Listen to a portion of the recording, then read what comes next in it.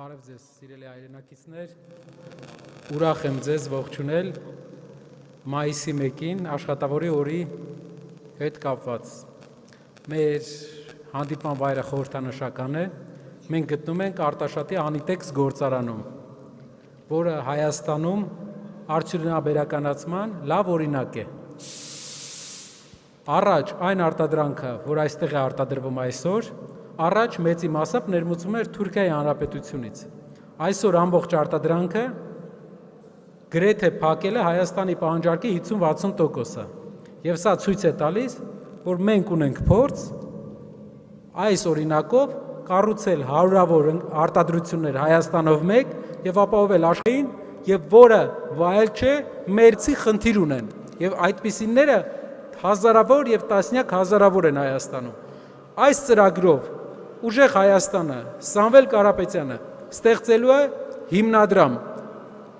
աղքատության հաղթահարման հիմնադրամ, որտեղ ներդրում է կատարելու պետությունը, ներդրում են կատարելու մեր գործընկերները աշխարհի բոլոր ծայրերից։ Եվ այդ հիմնադրամի միջոցներից մենք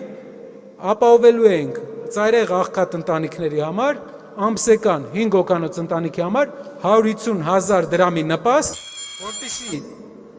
նրանք հնարավորություն ունենան դուրս գան աղքատության թակարդից։ Ինչ է աղքատության թակարդը։ Սոցիոլոգիայի մեջ աղքատության թակարդը դա մի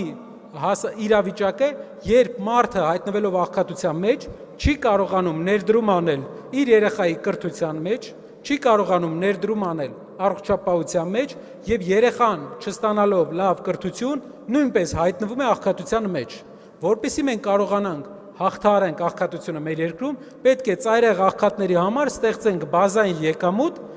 ընտանիքի համար 5 հոգանոց 150,000 դրամ, որպեսզի նրանք կարողանան լուծեն իրենց առաջին անհրաժեշտության հարցերը,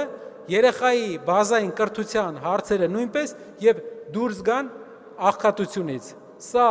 մեր սոցիալական մեծ ծրագիրն է, որի մասին, եթե ունենք հարցեր, ուրախությամբ կպատասխանեմ։ Շնորհակալ եմ։ Պարոն Կարապետյան, առաջին հարցի իրավունքը ինձ վերապահ է, միկրոֆոնն ինձ մոտ է, բարձրախոսը։ 168 ժամ, Զարուհի Դիլանյան։ Պարոն Կարապետյան, նաև այս համատեքստում, սոցիալական ծրագրերի համատեքստում տնտեսական հեռանկարների մասին կուզեի խոսեիք։ Եվ 2 օր առաջ այստեղ Ադրբեջանից պատվիրակություն կար, գործարարներ են հանդիպել։ Դուք տեսնում եք առհասարակ հնարավորություն Ադրբեջանի հետ առևտրատնտեսական հարաբերությունների եւ արդյոք սա հնարավոր այլընտրանք է փորձում մատուցվել գործարարներին Ռուսաստանի հետ գուցե փլուզվող կապերի ֆոնին տնտեսական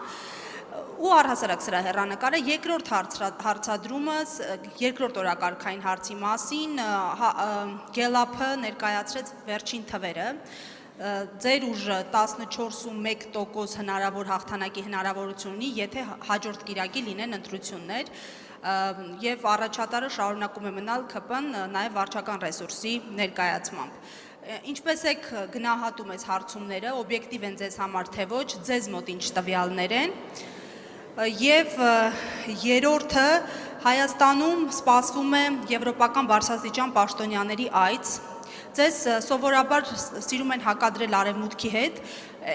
բայց գիտեմ, որ նաև Եվրոպայի հետ դուք կապված եք եղել։ Ինչ-ինչ հարցերով, գործնական եւ այլն։ Պատրաստվում եք արդյոք դիմել եվրոպացի բարձրաստիճան պաշտոնյաների կամ տարբեր ձևաչափերով պատրաստվում եք անդրադառնալ ձեր հանդեպ այս մոտեցմանը ու հետապնդմանը կարելի է ասել, որովհետև տեսնում ենք, որ հատկապես ձեր ուժն է թիրախավորվում։ Շնորհակալություն։ Շնորհակալ եմ, Տիկին Դիլանյան։ Առաջի եւ երրորդ հարցերը միացնենք իրար։ Նախ հարևան երկրների հետ տնտեսական հարաբերությունների մասին, Ադրբեջանի հետ տնտեսական հարաբերությունների մասին։ Ինչ ենք մենք տեսնում։ Եվրոպական միության հետ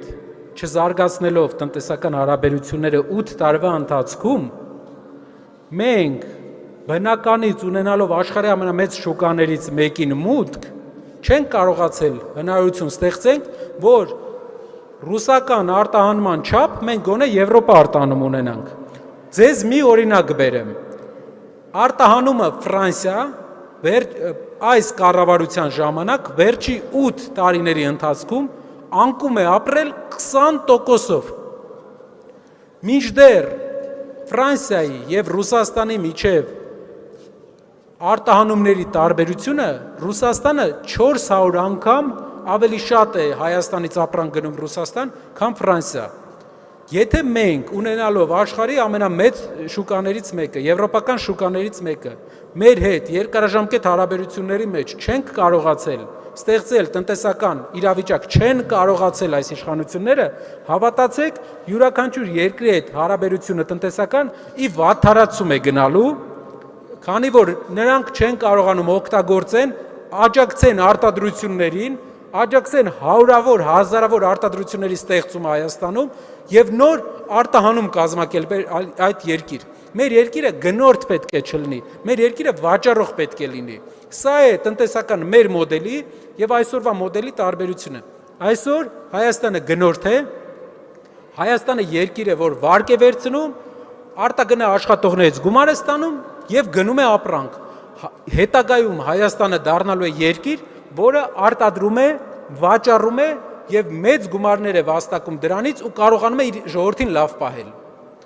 Երկրորդ առումը, Եվրոպայի հետ հարաբերությունների առումը, շատ կարևոր են գործով տեսնել եվրոպական ինստիտուտների հանդեպ վերաբերմունքի, իրական վերաբերմունքի, իրավացի լինելը, ճիշտ լինելը, արդար լինելը, արդյոք կանանց կալանավորելով, անմեղ մարդկանց ձերբակալելով, քահանաներ, սրբազաններ ձերբակալելով, այս իշխանությունը մի քայլ մոտեցել է եվրոպական արժեքներին, թե ոչ։ Մեր շատ գործընկերներ ասում են, որ այսպիսի խայտառակ ընտրական process, ինչ որ այսօր է տեղի ունեմ, նախընտրական process Հայաստանում, իրենք չեն տեսել եվրոպական եւ ոչ մի երկրում։ Ինչ է դա ենթադրում։ Հայաստանի պետությունը, հայկական պետության այսօրվա առաջնորդները խոսում են ծիրուն, գործում են գեշ։ Բանի հետ սոցհարցումները։ Սոցհարցումների հետ կապված, անգամ Գելափի հարցումներից մենք տեսնում ենք, որ հաջորդ իշխանությունը չի լինելու Փաշինյանի իշխանությունը, բայց երբ Հայաստանում մասսայական կալանավորումներ են, երբ Հայաստանում աշխատանքից ազատվում են ընդդիմադիր հայացքներով տեր մարդիկ,